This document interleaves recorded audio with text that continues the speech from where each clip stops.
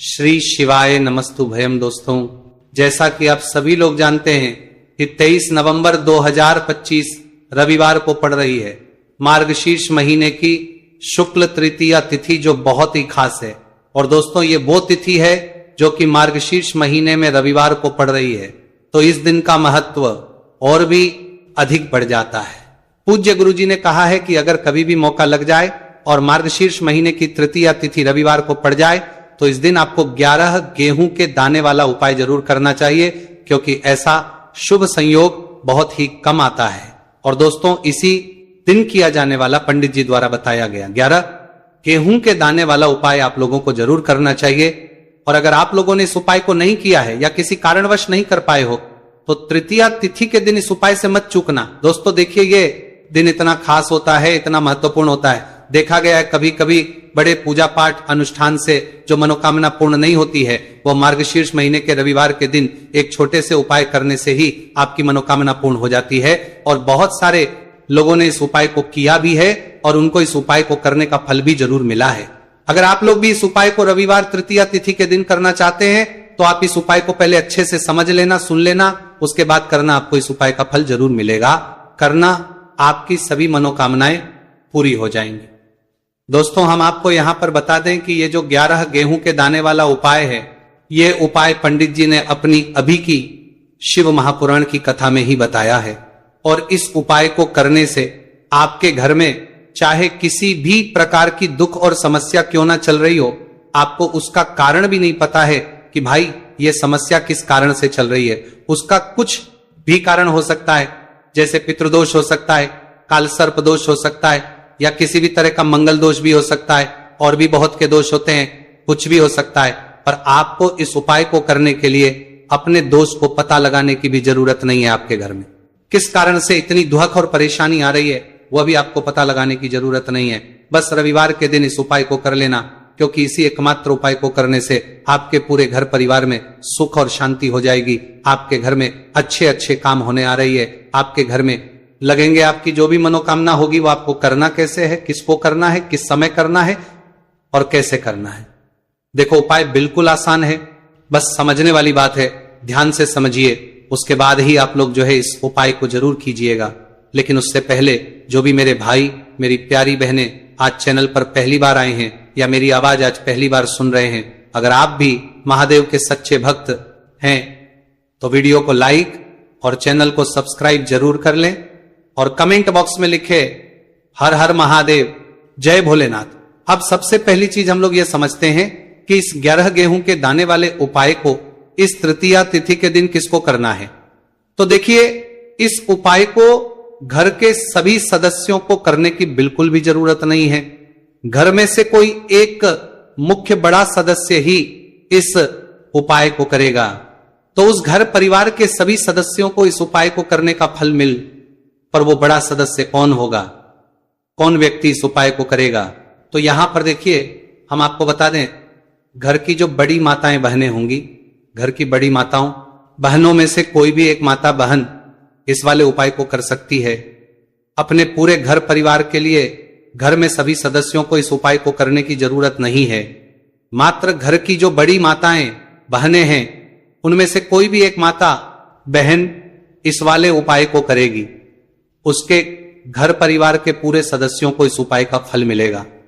अगर किसी कारणवश माताएं बहनें घर में उपस्थित ना हो या वो इस उपाय को ना कर रही हो, कुछ दिक्कत हो, तो भाई उस जगह पर फिर घर का कोई बड़ा व्यक्ति भी इस उपाय को कर सकता है। माताओं बहनों के कहने का मतलब यह था कि माताएं बहनें घर की लक्ष्मी होती है। जब घर की लक्ष्मी कोई उपाय करती है तो निश्चित ही भगवान शिवजी बहुत जल्दी प्रसन्न होते हैं और उपाय का फल में बहुत जल्द और बहुत बड़ा करके भी यहां पर देते हैं। तो आप लोग ये बात समझ गए होंगे।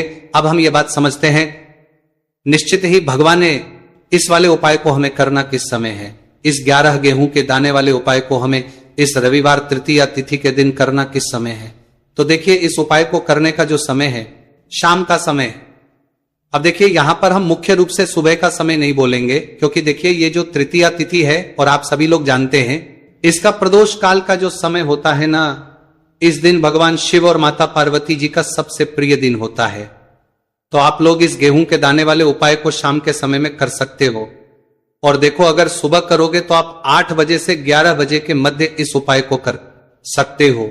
और देखो अगर शाम के समय कर रहे हो तो इस दिन जरूर शाम के समय का ध्यान रखना कि रात के 6 बजे से लेकर 7 बजे के बीच में अगर आप इस उपाय को कर सकते हो तो बिल्कुल कर लेना। पूरी कोशिश करना, आपको उपाय का फल जरूर मिलेगा। ये बात आपको समझ आ गई। अब बात करते हैं उपाय की।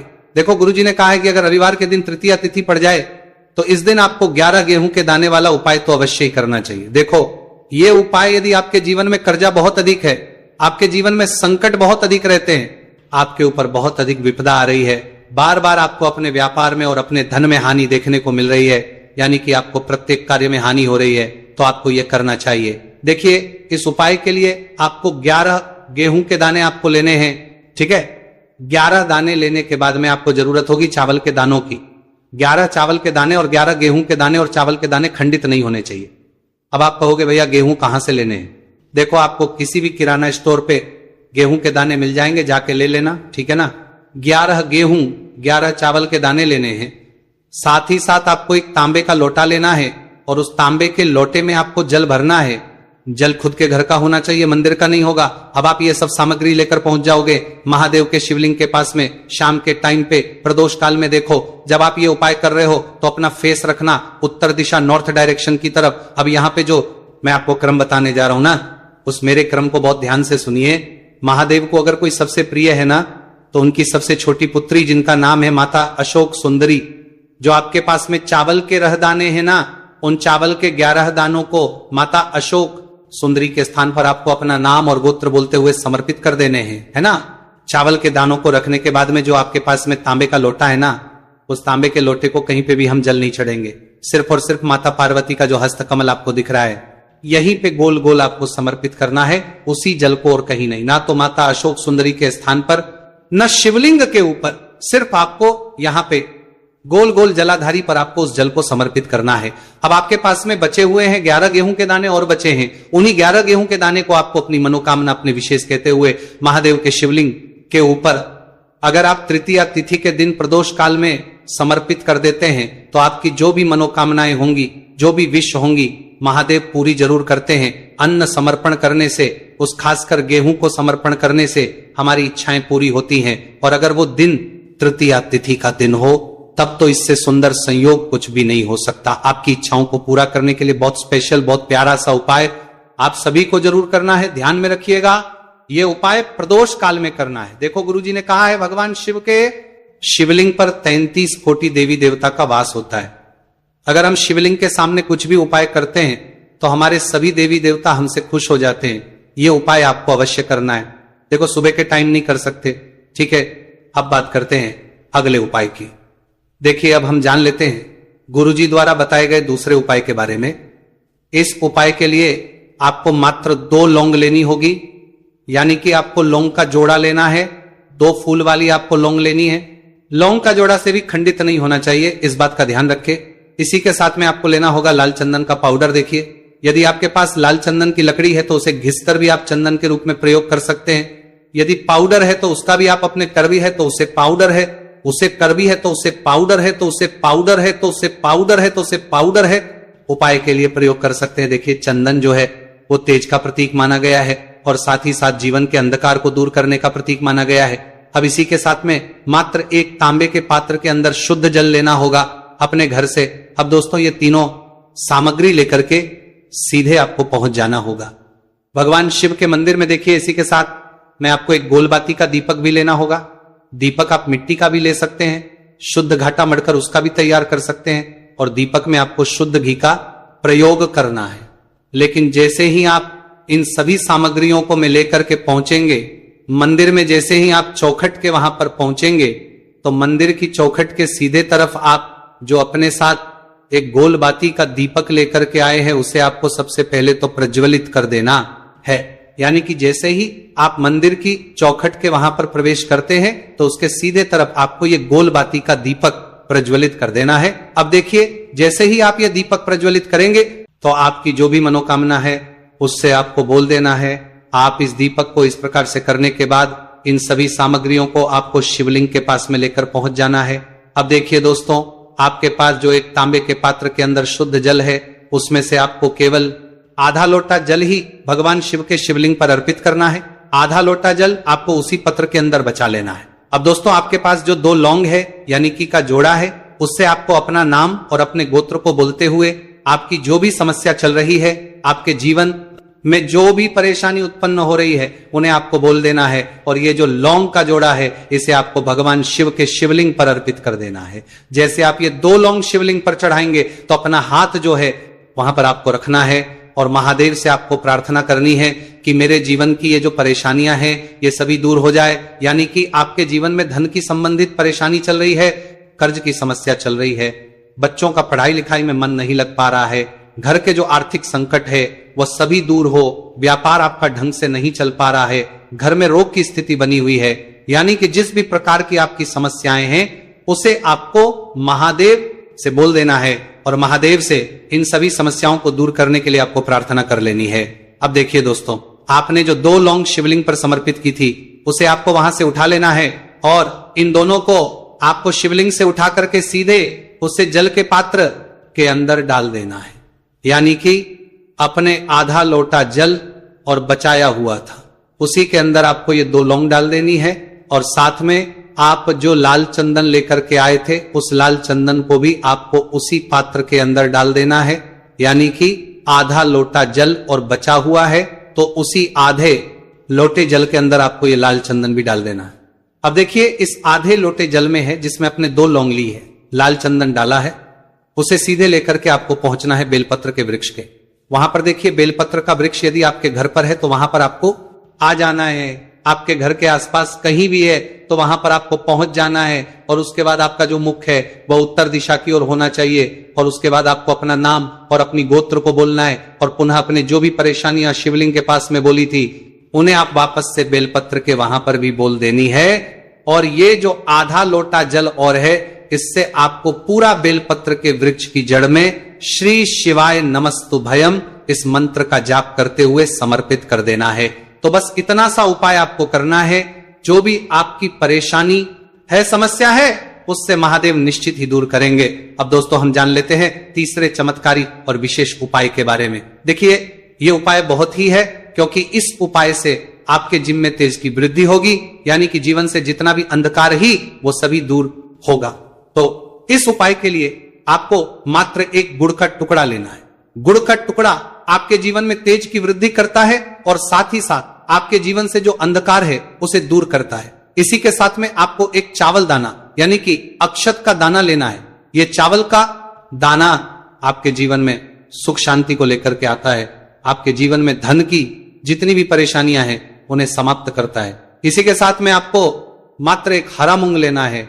हरा मूंग जो है वो बुध ग्रह को प्रसन्न करता है। देखिए हरे मूंग का उपाय करने से बुध ग्रह मजबूत होता है और बुध ग्रह के मजबूत होने से बुद्धि, ज्ञान और विवेक की प्राप्ति होती है। तो ये तीनों ही सामग्री आपको एक एक लेनी है, यानी कि एक गुड़ का, एक चावल का दाना, एक हरा मूंग आपको लेना है। देखिए हरा मूंग का दाना और का जो दाना है वो आपको साबुत लेना है, खंडित नहीं होना चाहिए। और इसी के साथ में आपको मात्र एक तांबे के पात्र के अंदर अपने घर से शुद्ध जल ले लेना है। देखिए अब इन सभी सामग्रियों को लेकर के सीधे आपको पहुंच जाना है भगवान शिव के मंदिर में। आप ये उपाय सुबह से लेकर के शाम तक किसी भी समय कर सकते हैं, लेकिन रविवार के दिन ही आपको इस उपाय को करना है।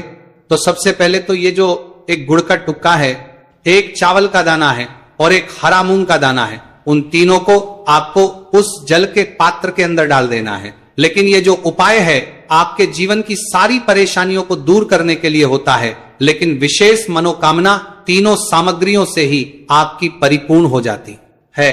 देखिए यदि आपके जीवन तेज होगा तो सभी आपसे वार्तालाप करेंगे, सभी आपसे बात करेंगे और आपका जो मान सम्मान है वह बढ़ता है। और चावल का जो दाना है वह धन वृद्धि करता है, मन की शांति के लिए होता है। और हरा मूंग जो है वो बुद्धि, ज्ञान और विवेक की प्राप्ति के लिए होता है। अब देखिए ये जो एक पात्र है इससे आपको भगवान शिव के शिवलिंग पर धीरे धीरे अर्पित कर देना है। श्री शिवाय नमस्तुभयम इस मंत्र का जाप करते हुए और तुमरुकेश्वर महादेव का मन में स्मरण करते हुए, लेकिन तुमरुकेश्वर महादेव का स्मरण करने से ये जो उपाय है और अधिक प्रभावशाली हो जाता है। तो महादेव का स्मरण करते हुए ये उपाय करने से आपके जीवन में जो भी अशांति है वह सभी दूर हो जाएगी। तो इस प्रकार से आपको ये सुंदर सा उपाय कर लेना है। इसके बाद बात करते हैं तीसरे उपाय की। देखो ये उपाय बहुत ही अचूक उपाय है जो आपको करना है। देखो इस उपाय के लिए आपको 2 दीपक लेने हैं। देखो दोनों दीपक आपको मिट्टी के दीपक लेने हैं। उसके बाद आपको दोनों दीपक को प्रज्वलित करने के लिए आपको लंबी बाती लेनी है और ये दीपक घी और सरसों के तेल से दीपक प्रज्वलित करने हैं। ये सब लेने के बाद आपको लेना है एक कटोरी में कच्चा दूध थोड़ा सा लेना है। उसके बाद आपको लेना है 1 लोटा जल। देखो गुरुजी ने इस उपाय के लिए बताया है कि ये उपाय आपको प्रदोष काल में करना है। कहते हैं कि बेलपत्र के वृक्ष में प्रदोष काल के समय में महादेव वास करते हैं। उस समय हम कोई भी उपाय करते हैं तो उसका फल हमें अवश्य मिलता है। देखो अब ये सब सामग्री लेकर आपको प्रदोष काल में चले हैं बेलपत्र के वृक्ष के। वहां पर देखो वहां पहुंच जाने के बाद आपको सबसे पहले बेलपत्र की जड़ में सबसे पहले वो दूध जो आप लाए हैं उसे समर्पित कर देना है। उसके बाद आपको जो 1 लोटा जल जो आप लाए हैं वो आपको धीरे धीरे बेलपत्र की जड़ में समर्पित कर देना है। उसके बाद आप जो दीपक लाए हो दोनों दीपक को आपको बेलपत्र की जड़ बेलपत्र की तरफ मुंह करके बाती का आपको 1 दीपक घी का और 1 दीपक तेल का प्रज्वलित कर देना है और आपकी जो भी मनोकामनाएं हैं वो महादेव को बोलना है। देखो ने कहा रविवार के दिन पर बेलपत्र की जड़ में दीपक प्रज्वलित कर देता है महादेव उसकी सभी मनोकामना पूरी कर देते हैं। देखिए दोस्तों आज के इस वीडियो में हमने आपको रविवार के दिन किए जाने वाले 3 बहुत ही सुंदर से उपाय बताए हैं। जो भी आपके लिए उचित है सरल है उसे आप कर सकते हैं। यदि उपाय से जुड़ा किसी भी प्रकार का सवाल है तो कमेंट में पूछ लें। उपाय को करते समय आप किसी भी प्रकार की गलतियां ना करें। अगर आप